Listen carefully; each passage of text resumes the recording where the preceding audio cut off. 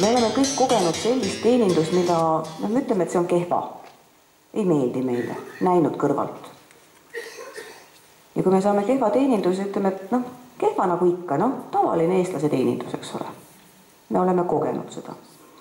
Ja me kõik oleme kogenud väga head teenindust. Ja teate, mis eestlane hakkab siis tegema? Aga midagi ikka oleks võinud paremini teha, on ju? Näete, noogutate. See on inimlik. Ehk siis mõnikord võib-olla me võiksime olla natukene rahulolevamad sellega, mida me kogeme ja tunnustada teist inimest, kes meid teenindas, kes meid teenis selle hea eest, mis ta tegi. Usun, et enamusel teist on lapsed ja tänapäeval õnneks lastepsühholoogia õpetab väga hästi, et kui laps teeb midagi pahasti, siis me ütleme talle, et see tegu oli paha, mitte see laps ei ole paha. Kujutage ette, kui te ütlete oma alluvatele kolleegidele, ülemustele, lastele, et sa oled nii halb teenindaja, kuigi ta tegi ühe vea.